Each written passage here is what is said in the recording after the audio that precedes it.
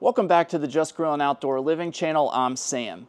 In this video, you can see we've got a brand new Weber Searwood 600 series pellet grill.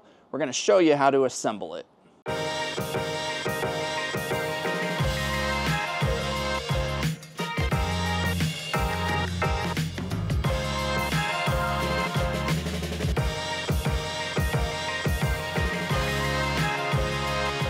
New for 2024 is the Weber Searwood Pellet Grill series from Weber. It's available in two sizes, the 24-inch and 36-inch model.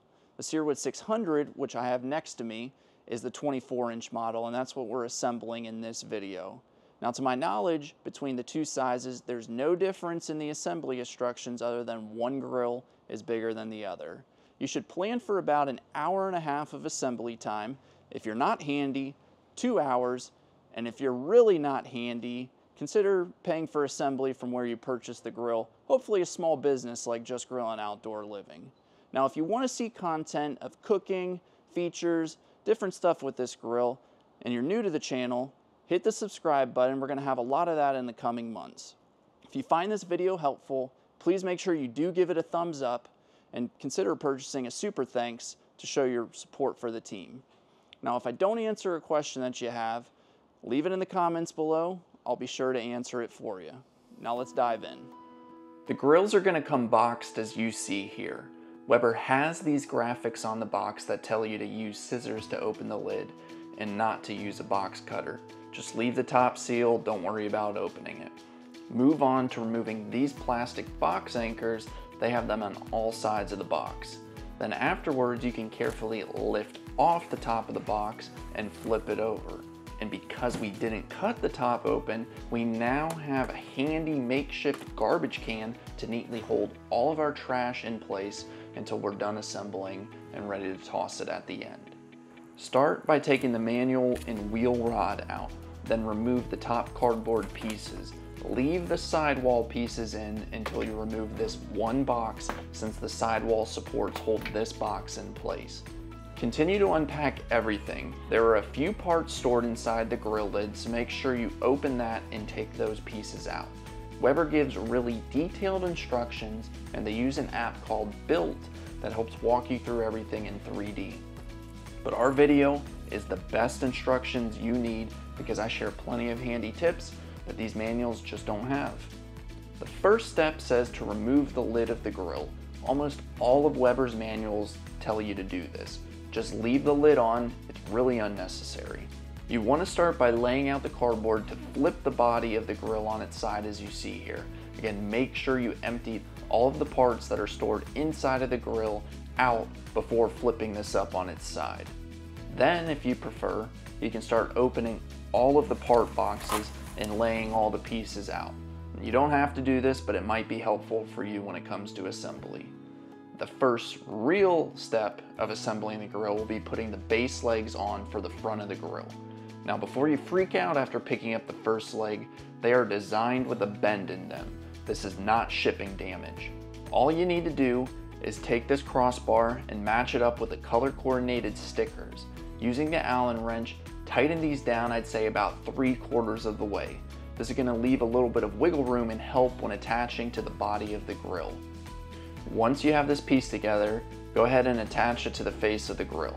While fastening these, again, maybe only do this about 3/4 of the way tight, because this is going to help when installing the lower cart shelf in a few steps. The back legs are going to be really easy to attach. You only want to start with the lower back leg, which is closest to the hopper. This should be the lowest one on the grill if you have it standing up the way I do in the video. Now we can install the lower cart shelf. Remember to make sure the Weber logo is reading the correct way. Slide this into the fitted grooves on the legs and then screw it into place. Don't fully tighten each screw until all of them are in. Now we can put the last leg of the cart on and attach it to the grill and shelf. When you do attach this, go ahead and tighten these all the way, and then once you're done with that, go back and tighten fully all of those other cart bolts. Next up, it's installing the wheels. You're going to take the wheel rod, insert the first cotter pin on one side, slide the wheel on. Now make sure it's facing the correct way out. Slide this through the wheel holes on the cart, and then once it's in place, put the next wheel on and insert that second cotter pin. Once you've done this, don't forget to put the wheel caps on. The side handle that helps move the grill is next to install. These just require 4 bolts. Line it up and tighten all the bolts. Now it's time to lift the grill up. You can manage this as one person, but it's better to have a second set of hands if available. If it's just you, just be careful with it, make sure you feel confident in doing it, and just flip it right side up. Next, we're going to install these cookbox sleeves on each side of the cookbox. There's going to be a little small raised lip on each side. Make sure that it's facing the walls and is not inward. The next 3 pieces just drop into place. First is this U-shaped metal piece that helps with grease drainage. Place this in. Next, you'll put in the first heat diffuser piece, and then above this will be the main heat diffuser. It runs across the grill left to right. It's reversible, so it doesn't matter which side it faces. Once those 3 pieces are in, go ahead and install the lower grease tray. Slide that right into place. So start with the black piece first, and then from there you can add the metal piece that has the foil pan into the groove slot for that. We're almost to the finish line. Install the cooking grates is the next step. I typically install the lower ones first, but Angela, who is helping me, decided to be chaotic and put the top grates in first. Who does that? There's more than one way to get things done, so do this in any order you like, I suppose. After you get the grates in, the lid handle is next. With the lid open, insert the black screw holders into each end of the handle and line them up with the screw holes. Insert the screw from underneath side inside of the grill and fully tighten. And our last main assembly step is to install the controller face. This is simply plug and play, so it's very user-friendly to install. Just connect and snap it into place. Make sure you have the decals right side up when installing this. With the controller snapped in, go ahead and peel off any of those marketing stickers from the grill lid and hopper top. And just like that, we're ready to fire this bad boy up. But there actually is one more thing that needs to be done. Before you do any type of cooking, you need to make sure that you update the firmware on this grill. Don't forget to do that. That is part of assembly, updating your firmware. After you do that, it's time to grill. Now, if I didn't answer a question that you have, leave it in the comments below.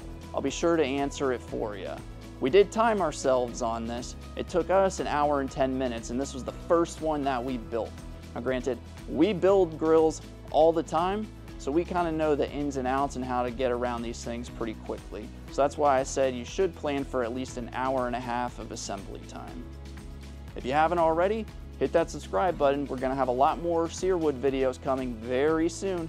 If the video was helpful, please give it a thumbs up, and remember, consider purchasing a super thanks to really show your support for the team. Now, if you're doing research on these grills and you want to see one in person, come visit us in our showroom. We are Florida's premier outdoor living store. You want to come and see us. We'd be glad to help you, show you all the ins and outs of these grills. Until next time, thanks for watching. We'll see you soon.